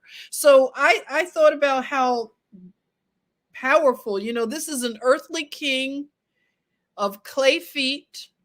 He writes this powerful declaration and nobody can override it, right? It's written. You can't erase what was written the way that he did it. And I just think of it as like a connection to daddy. You know, we're talking about daddy issues. It seems like this whole thing, like the cabal and their, what do you call it? Like their rebellion against daddy, against Abba. They want to take his place and be the stonemason, the architect, but they cannot produce what daddy, the architect, can do. So they want to usurp daddy. I mean, think about back in the 60s when they had in America the British invasion, right? The Beatles started out with the innocent little Beatle haircuts, and they were clean cut and, you know, little suits. And then all of a sudden they got really like, I don't know, like moody and dark. And then didn't one of them proclaim that God was dead? One of the Beatles actually said God is dead. And so I think that sums up their rebellion, is they would want to kill daddy, right? And replace him and take all of everything that he has, right? So this is a whole thing against daddy, against father. So repatriation is going back into the arms of daddy. So this is a powerful thing, to be repatriated. And this is also called, the other name of it is the Edict of Restoration. So I think these would be powerful things to meditate on and pray about, is the Edict of Restoration, just the energy behind that concept, and repatriation, going back to daddy, whatever prodigal state that we are in, right? And I'll be exploring more of that, okay? I just love how it keeps tying back in. Luke, I am your father. Yes, I am your father. I don't know which one it is. Which one is it, everybody? Luke, I am your father. Daddy issues. That's what it's about for these people. But that, you know, that's something we will continue to look into. All right. So I just want to say thank you. I think I covered most of the things for now. I think the Persian Empire is too important to just do one dive or one build. I think we're going to have to do more. So I I like that my beautiful Harlem Sentinel Karen says you put the information out like a platter of food, okay? And that's what I want to do. I want to present it like a platter of food so we can enjoy it. You can look into things and we can compare notes. But I love learning in this style because, like I tell you, I'm learning myself. A lot of times I don't make the connections until later. So just enjoy it, you know, this journey. I think that this is a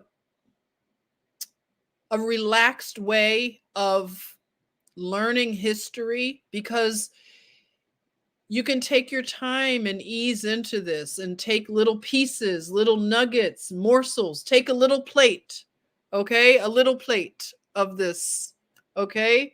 And we'll do it with little plates at a time. What do they call the little plates when you go and have little plates to eat? So enjoy it, and I love you all. And if you'd like to tip your hostess, you can do it there. I'd like to thank you all for hanging out with me. We did another 2 hour. Yes. So what else is going on? I will read your comments because I'm telling you, I read your comments. But you know what? Another thing, if I don't get to some of your comments, I don't see some messages. Even in the comment section, YouTube, sometimes they shadow some comments. So if I didn't answer your comment, I may not see it from my view. But I constantly try to look for them to see if I could find them in one of the spots behind the wall. Thank you, Jim. Thank you, Chris. Appetizers, yes. Small plates. What do they call those things again? It's like restaurants. It has tapas. That's what I want to think. Tapas, okay. We'll call our little deep dives tapas. Get yourself some nice snacks, okay? Yes, Julie, hugs to you. Love you all. God bless you. I love you. And I will see you, if not tomorrow, the next day. And that's another thing. Like when I do the research, I really enjoy it. Like I try to take my time with it and I really love it. Oh, love you, 420 Wild Dragon. Take care. Goodbye, everybody. Until next time. All right. Love you. Love you. Bye, Ernestine. Take care. Hey, Sequoia, another delicious feast of ideas. You're welcome. I'm glad you thought it was delicious. Good night, fellow travelers. Tuck yourselves in, okay? Ciao for now. We'll go somewhere else. We'll go visiting and looking at technology, architecture very soon. Thank you, David. Okay, and I'll try to tie in more things, okay? All right. Bye, Abby. You're welcome. Love you.